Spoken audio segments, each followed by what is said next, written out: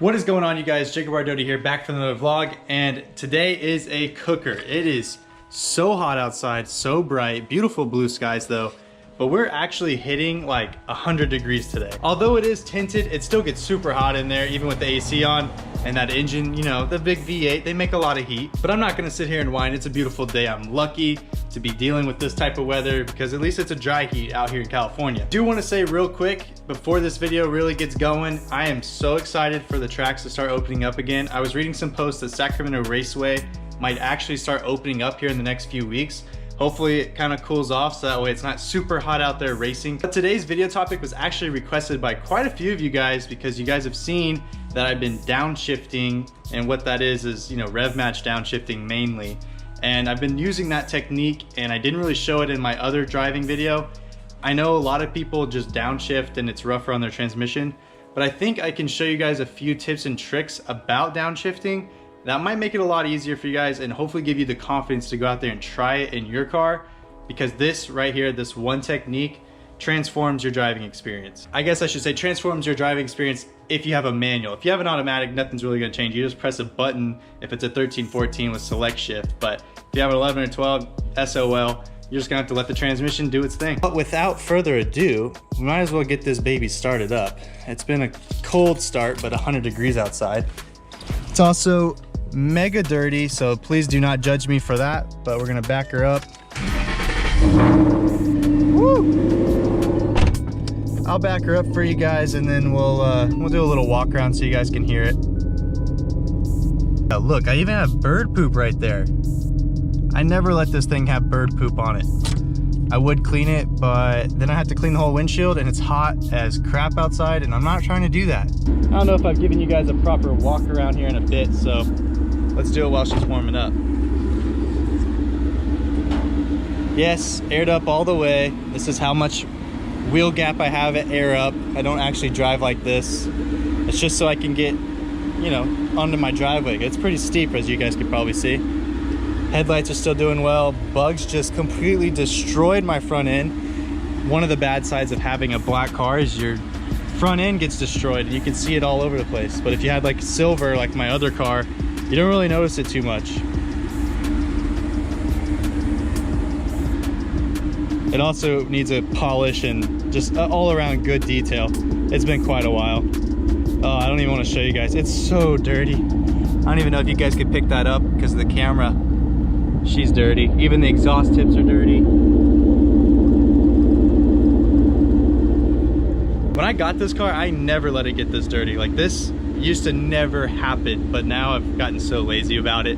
I wish I could just hire a full-time detailer to keep this thing clean, because that's what it's like owning a black car.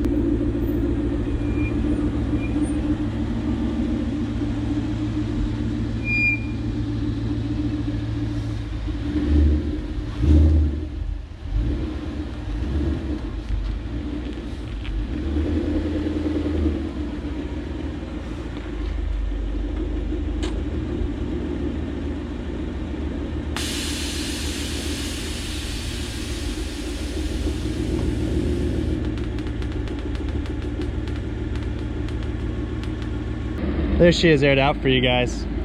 I usually don't air it out on the way out of the driveway, but you know, I had to for you guys for YouTube. She looks good.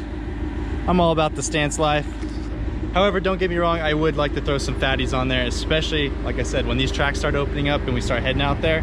That's really what I want to do, is make this thing go fast. Don't worry, you guys, after this clip, it's going to be the tutorial on how to downshift. I'm gonna give you those tips and tricks, but I just wanted to show you guys this.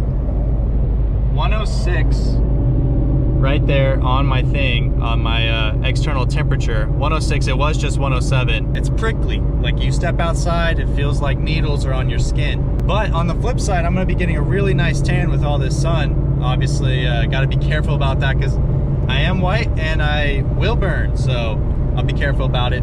Don't worry, we're about to hop into the tutorial, so let's get started. Getting on out, I guess there's a polishing school there. That's kind of cool. So finally, I'm not going to waste any more time. We're gonna get into the actual downshifting segment of this video, and I'm trying not to scrape my lip. So first, let's get into the importance of downshifting, right? There's two reasons really why you downshift. One is to slow down the car instead of using your brakes.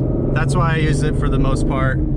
And two, it would be to be able to slow down your car without using your brakes while turning and not disrupting the chassis. So what I mean by disrupting the chassis is sometimes you'll go into a corner and it's already kind of rough. If you slap on the brakes or you shift really, I guess not smooth, you shift really abrupt, the next thing you know, the whole car is upset and it loses traction. So there's a downshift, just slowing down for a red light here. And what it does by losing traction is it's because all of the weight shifts away from the drive tires or away from wherever the traction is being held, whatever tires those might be. And I guess there's a third reason, which is just to sound cool. You want to sound cool when you're downshifting because it's like an expert technique. It's going to make you sound and look like a better driver. Literally every pro driver does downshifting. I mean rev match downshifting. I keep just saying downshifting, but what I mean is rev match downshifting. Now the super pros do heel toe downshifting, which is rev match downshifting while also hitting the brake. I don't have a camera on my feet. One, I'm barefoot wearing flip-flops because it's so freaking hot out. It says 108 now. But two, it's actually really hard to get an angle under there and get the camera like bright enough because it's super dark in my wheel well or my foot well. Looks like we can finally go. But what I want to show you guys is when do you downshift and what the basic footwork is, because I'm gonna slow it down. I'll be on the freeway probably just so I could play around with it. But like when you slow it down, so let's say I'm in third right here, coming to a stop. I put in the clutch, put it in neutral, put in second, rev it, and then let out the clutch while also right now I'm hitting the brake. So the slow down process is I'm in third. I'm cruising into a stop. I put in the clutch, put it in neutral, go to second. I then rev it. So just a little blip, you literally just play with it, just hit the throttle. That wasn't enough. You have to kind of stab it. And then you let out the clutch slowly. Don't just drop the clutch unless you, well, let me just put a caveat. You can drop the clutch when you're faster later on, but right now just slowly let it out, just in case your RPM match isn't good enough. Now, why would you downshift rev match instead of just normal downshift? One, it saves your synchros.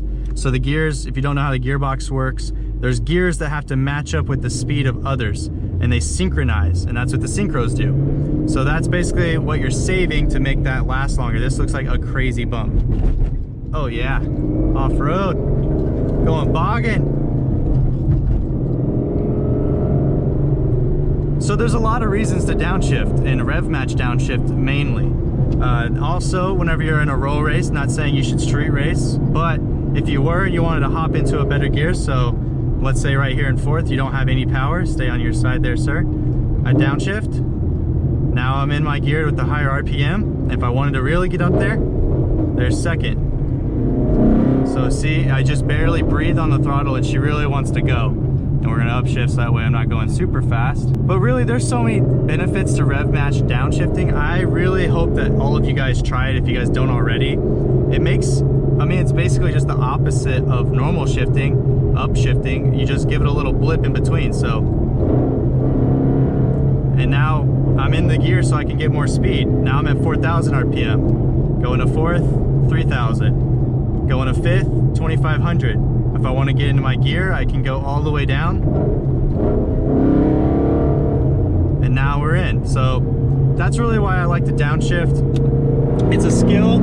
It's not going to come to everyone right away, but it's something that if you practice, you can get really smooth at. And every time you leave a car meet, leave a car show or something like that, or come into a stop, people that know and recognize cars will be like, holy crap, this guy can rev match downshift. That's pretty cool.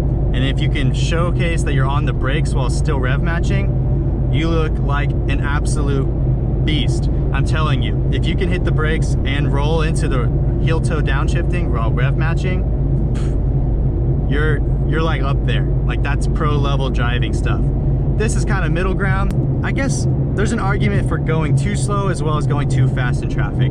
Sometimes going too slow is a danger to other people, like semis, stuff like that. And going too fast is obviously a danger. We all know that one. But sometimes you gotta get into another gear and pass somebody because they're putting you in a situation that's unsafe.